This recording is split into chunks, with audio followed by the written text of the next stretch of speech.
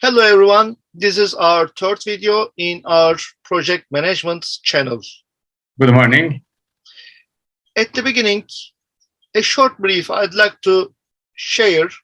In our first video, we talked about team members, and in our second video, we talked about stakeholders of a project. So we have focused on people, and we will continue today with talking in more detail. Today's subject is skills of people, and we'll try to tell some details. Yes, Mr. Izgi, some skills are very important in our business life, like conflict management, meeting management, negotiation. Let's start with conflict management. Can you please tell us something about conflict management? Yes, a conflict is expected to occur. Like most of the time, it's better to take preventive action instead of waiting for something negative to occur and then take corrective action. So, intervening before a negative result from a conflict can occur should be our preference. Of course, this won't be possible every time. Many project managers find it difficult to manage the conflicts throughout the project. The project manager is the person who will handle it, and it should be managed in a way to increase the positive outcomes. Mr. Izgi, I have a question at this point. Does every conflict create a negative effect on a project's objective? No, the conflict is differences in opinion between two people. The project objectives are decided by the key stakeholders. So, actually, conflict is beneficial to project objectives by creating an environment to consider and evaluate different ideas instead of just accepting one single idea without considering any alternative. Well, how can a project manager handle a conflict? There are conflict solutions techniques generally accepted, which we'll talk about in a future video. They are collaborating, compromising, withdrawing, smoothing, and forcing. Okay, another skill is cultural awareness for a project manager. This is very important for people from different cultures who need to be managed by a project manager. How can we define cultural awareness? It is understanding that our different values have been shaped by our diverse cultural backgrounds. Similarities and differences exist between two different cultures.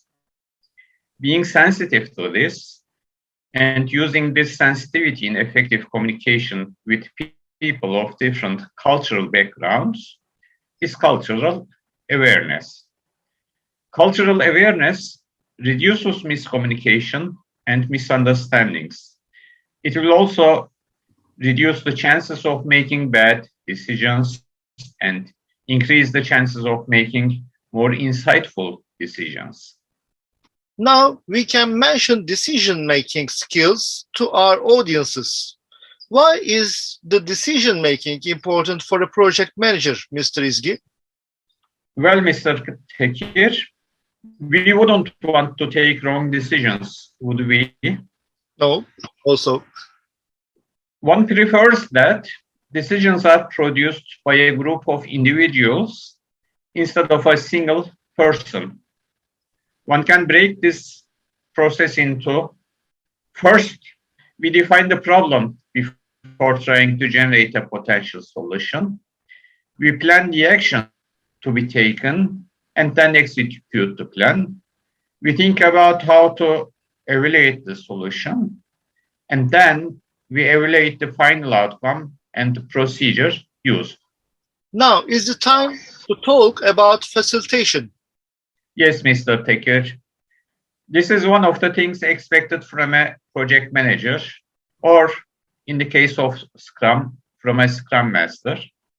It's guiding people toward an efficient discussion in order to make a decision or conclusion. A good example can be organizing and managing a meeting in an efficient manner. This is one of the positive properties of a good leader. So, what is the definition of leadership? Leadership is guiding and inspiring the team members to achieve the outcome needed. It's a soft skill which will be gained through experience, relationship, and so on. Okay, Mr. Izgi, we make many meetings in our projects. We consume too much time in meetings also. I think a project manager should manage a meeting effectively. Is it a skill to manage a meeting, Mr. Izgi? Soft skills encompass meeting management too. We also need them to gather the necessary information about a subject. A meeting can be used as a good vehicle to exercise facilitation. In projects, we negotiate with different stakeholders, customers, vendors, upper management. So we can also say that negotiation skill gives more advantage to a project manager while managing a project. Would you like to add anything about that? Mr. Teker, it's an approach used to come to a resolution. When managed successfully, the benefits are observed, such as making good decisions about the actions to be taken.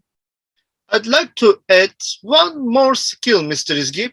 Team members in the project may want to expand their knowledge about the project environment, information sharing between project stakeholders, or where industry representatives come together. Are environments where more information about projects is shared. Networking is established in these environments. In fact, networking allows people to find opportunities for career advancement. Mr. Teker, another important skill is observation and conversation. It's watching individuals while they perform their tasks. This way, one obtains first-hand knowledge about how things are going. Mr. Izgi, in recent times, a leadership model is very popular. It is called servant leader. In fact, we know there are different kinds of leadership styles. For example, transactional, transformational, interactional.